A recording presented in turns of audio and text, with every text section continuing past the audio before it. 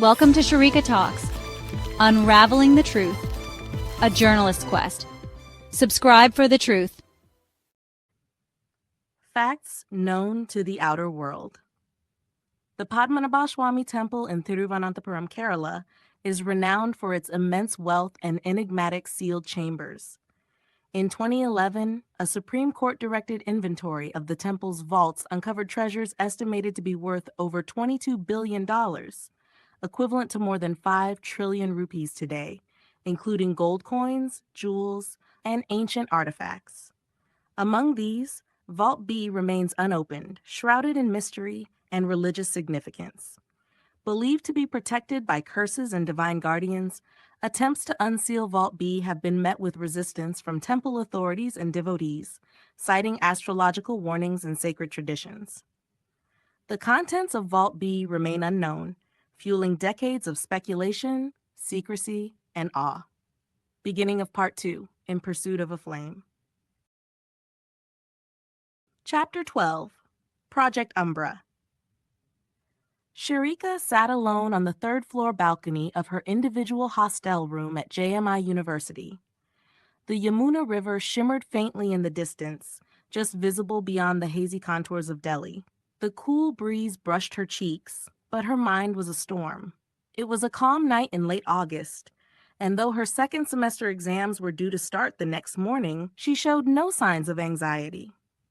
She had never been the kind of girl to study at the 11th hour. Since her 10th standard, she had built a habit of finishing her textbooks ahead of class, often becoming the teacher's favorite in every institution she passed through. For the past year, Sharika had averaged barely 4 to 5 hours of sleep a day. On some nights, she skipped it entirely, surviving solely on the caffeine from 8 to 12 cups of coffee that she brewed meticulously. It wasn't her academics that demanded such discipline. It was the other half of her double life.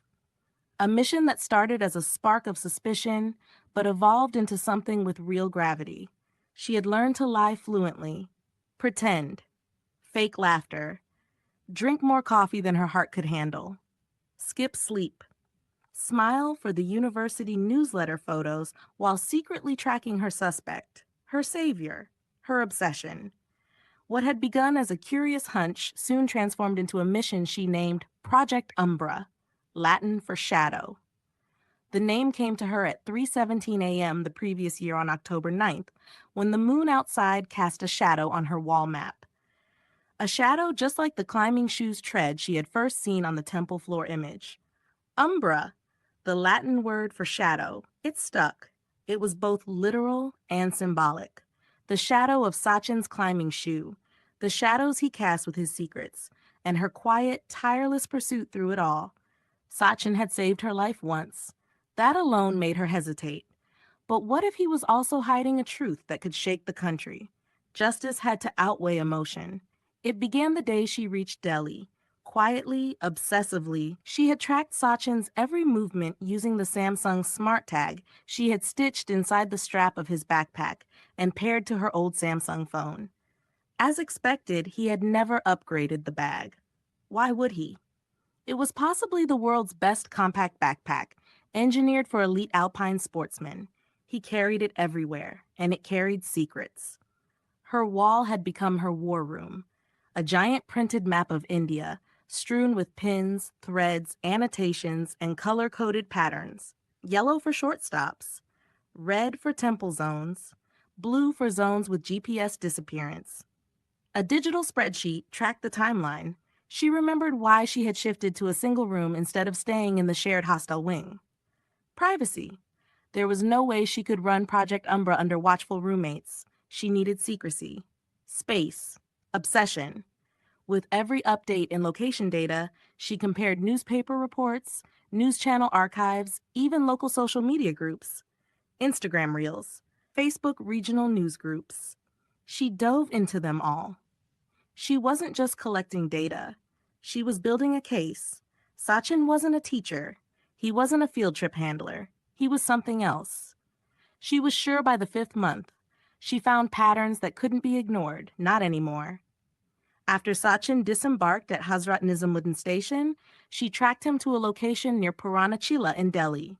For hours, his GPS stayed there before suddenly vanishing. The next morning, it reappeared. Same place, same stillness. At first, she feared her tracker had been discovered. But this odd disappearance-reappearance pattern continued for a couple of days. On September 30th, the day the International School Games began, she visited the spot. It was a Deep Enterprises construction site, a new Dwig campus, and an attached archaeological park, said to open in 2 years.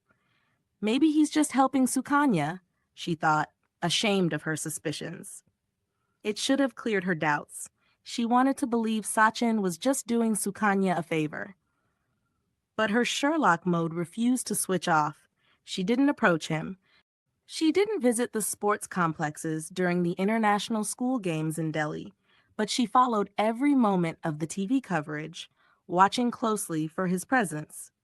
Sachin maintained a distinctly low profile, rarely appearing in group photographs, never giving interviews, and always staying at the edge of the spotlight. Yet, in every frame where he did appear, he was consistently seen talking to two women Sharika didn't recognize. What struck her most was that they weren't dressed like the other Dwig teachers or coaches, all of whom wore standard-issue tracksuits bearing the institution's emblem, just like Sachin. These two stood out. Who were they? Not Deepa, not Sukanya. That much she was sure of. Then who? Even more curious was the fact that Sachin wasn't seen engaging with any other staff. Not the teachers, not the sports officials, not even reporters. And after the event concluded, it was as if Sachin vanished. He disappeared from the public eye entirely. But not from her phone. He was constantly on the move. In November, he spent 2 days off the coast of Dwarka, Gujarat, then on the sea, for 4 straight days. Then came the announcement from Sukanya. Deep Enterprises secures government approval to launch India's first underwater heritage tourism project off the coast of Dwarka. Our new wing, Deep Explorations, will collaborate with archaeological and marine biologists to preserve and responsibly open parts of the sunken city to the public. Was Sachin inspecting the site for the launch? Dwarka, the fabled city of Lord Krishna, is considered one of India's most mythologically rich and archaeologically significant underwater sites. Submerged ruins found off its coast date back thousands of years. Stone structures, walls, and artifacts have been found in the Gulf of Kutch, believed to be remnants of Krishna's ancient kingdom. Dwarka has always drawn interest from historians and mythbusters alike, and now it was being explored commercially. In December, a new declaration. Deep Enterprises acquires 60,000 acres in the Thar Desert, 112 kilometers northeast of Jaisalmer, and 96 kilometers west of Bikaner. The land will host the world's largest integrated science city, housing desert research labs, astronomy stations, and eco-preservation modules. Expected completion, 2027. Sharika had already noticed that Sachin had traveled there weeks before the announcement. A remote patch marked with nothing on satellite view except wind-polished dunes. Patterns. Always patterns. Then things turned darker. Late December to mid-January, she saw him traveling extensively through Kerala and Tamil Nadu. Shuttle trips. From Tirunelveli, then Madurai, then Thanjavur. Each time followed by his return to the Thar. Also a quiet trip to Gaya, Bihar. Tirunelveli, Madurai, and Thanjavur were once capitals of powerful South Indian dynasties, the Pandyas, the Cholas, and the Nayaks. Each temple in these cities, Nelayapar, Meenakshi, and Brihadiswarar, is known to have served as royal treasuries, armories, and spiritual centers. Each is rumored to contain underground vaults and locked passageways untouched for centuries.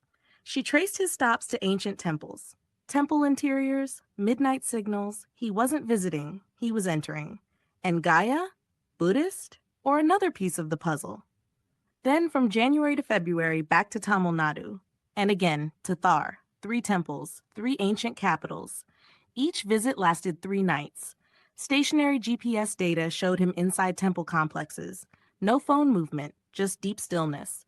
But he wasn't just near temples, he was inside them. For 3 nights in a row, each time. She double-checked everything. GPS logs showed pings deep inside temple complexes. At midnight, when the world slept, she was stunned. Her theory gained shape. He was looting temples and using the facility at that desert in the middle of nowhere as a storage facility. And each time she found new evidence, a surge in philanthropic donations to deep enterprises, or a sudden leap in expansion.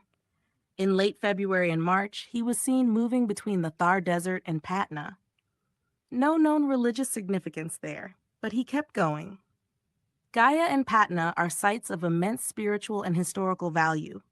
Gaya, home to the Vishnupad Temple and nearby Bodh Gaya, where Buddha attained enlightenment, holds priceless ancient relics and scriptures.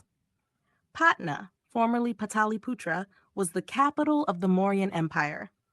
Some underground temples and Jain caves around the region remain unexplored to this day. Then for most of April, he was static, camped deep within a forest near Masanagudi. A DWIG school existed there, but Sachin wasn't at the campus.